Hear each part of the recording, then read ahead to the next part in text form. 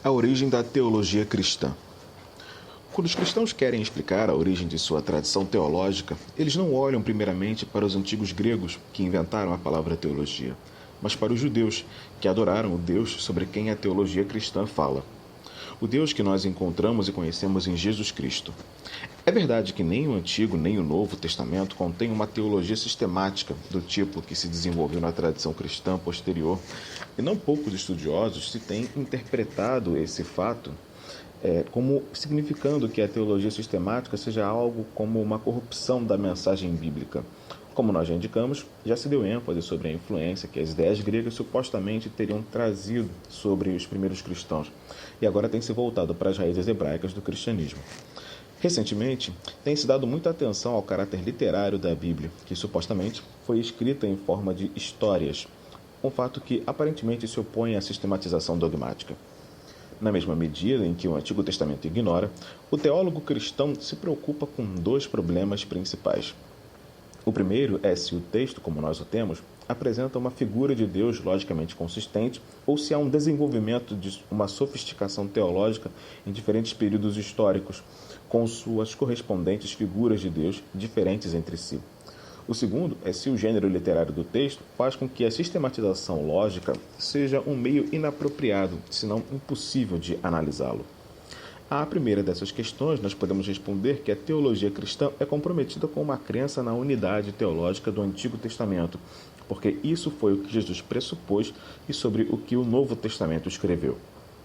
Isso não embaça a noção de um desenvolvimento da compreensão teológica de uma época para outra, mas anula qualquer sugestão de que o Deus de Abraão fosse um ser diferente do Deus de Moisés ou do Deus de Isaías. Os teólogos sistemáticos ortodoxos estabelecem uma firme distinção entre a ideia de um desenvolvimento progressivo da revelação, no sentido de um aprofundamento da relação com Deus, e um desenvolvimento do entendimento de seus caminhos, abre parênteses, que eles aceitam como uma interpretação válida da história bíblica, fecha parênteses. E a ideia de um desenvolvimento progressivo da revelação no sentido de uma mais sublime, mais pura e mais moralmente elevada concepção do ser de Deus, abre parênteses, que eles rejeitam porque isso daria aos estágios iniciais da revelação um valor inferior em termos religiosos, fecha parênteses. O Antigo Testamento deve permanecer acessível aos teólogos cristãos em todas as suas partes, embora deva ser levado em alta consideração o contexto e o estilo literário de cada capítulo e de cada versículo. Assim como deve levar em conta o gênero, o estudioso cuidadoso deve ser cauteloso ao afirmar que todo o Antigo Testamento é, entre aspas, história. Algumas partes dele claramente não o são, os provérbios, por exemplo, ou os salmos. Dessa forma, as convenções da poesia hebraica devem ser observadas, tanto quanto a licença poética, em várias partes do texto veterotestamentário. Isso é particularmente importante porque os judeus tinham o hábito de expressar emoções e sentimentos referindo-se a diferentes partes do corpo. Esse imaginário é também aplicado a Deus, criando as conhecidas figuras antropomórficas de Deus, que, se forem entendidas literalmente, produzirão uma ridícula e antibíblica imagem de Deus.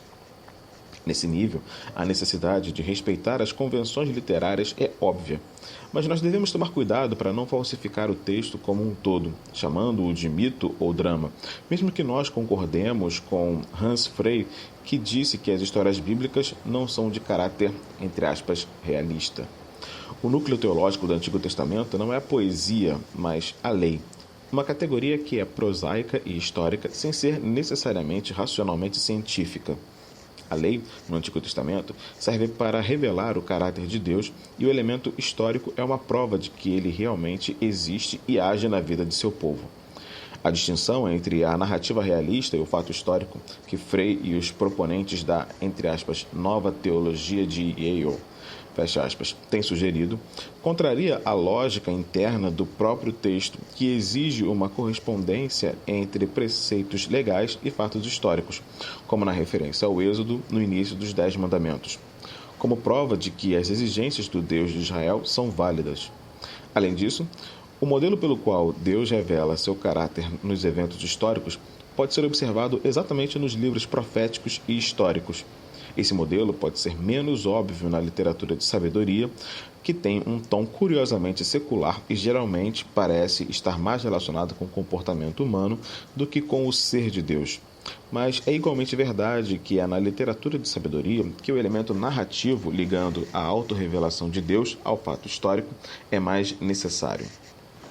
O ponto que nós precisamos ter em mente é que os atos de Deus são sempre subordinados ao seu caráter e são explicados por ele.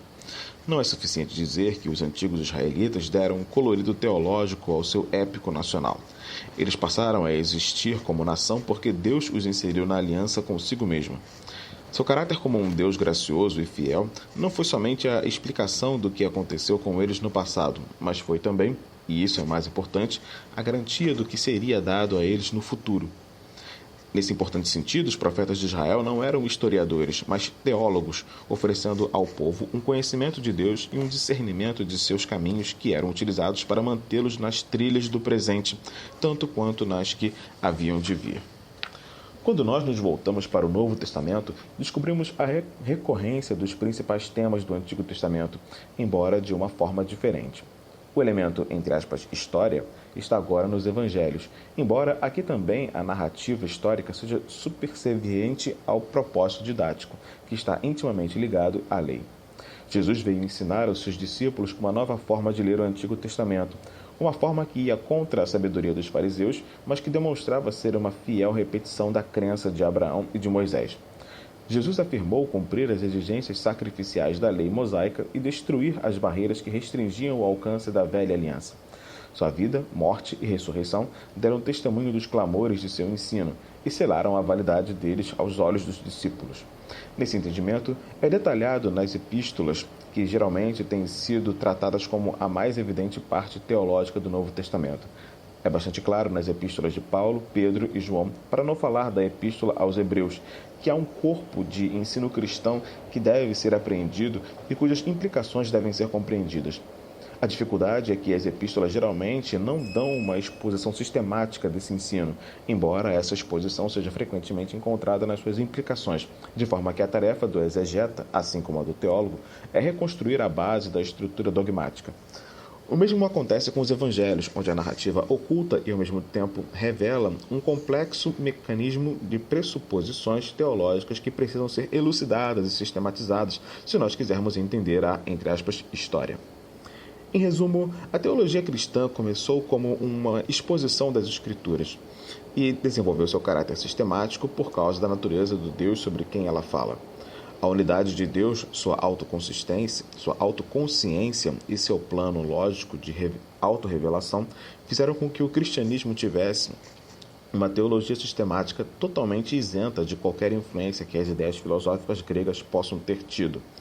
A teologia sistemática cristã desenvolveu a complexidade que ela agora possui por causa da crença de que o Deus do Antigo Testamento tornou-se homem na pessoa de Jesus Cristo e que agora ele mora em nosso coração na pessoa do Espírito Santo. Mas como Deus pôde tornar-se humano? Como ele pode subsistir em três pessoas sem deixar de ser nenhuma delas? Essas complexas questões, que nenhuma filosofia pode resolver, formam os dois polos da teologia cristã. Elas precisam ser resolvidas para que a mensagem do Novo Testamento seja digna de confiança. Em resumo, uma exposição teológica sistemática da Bíblia se nos impõe pela natureza de seu conteúdo, que exige de nós um esforço intelectual, semelhante ao esforço para explicar a lógica que fundamenta e sustenta nossa fé.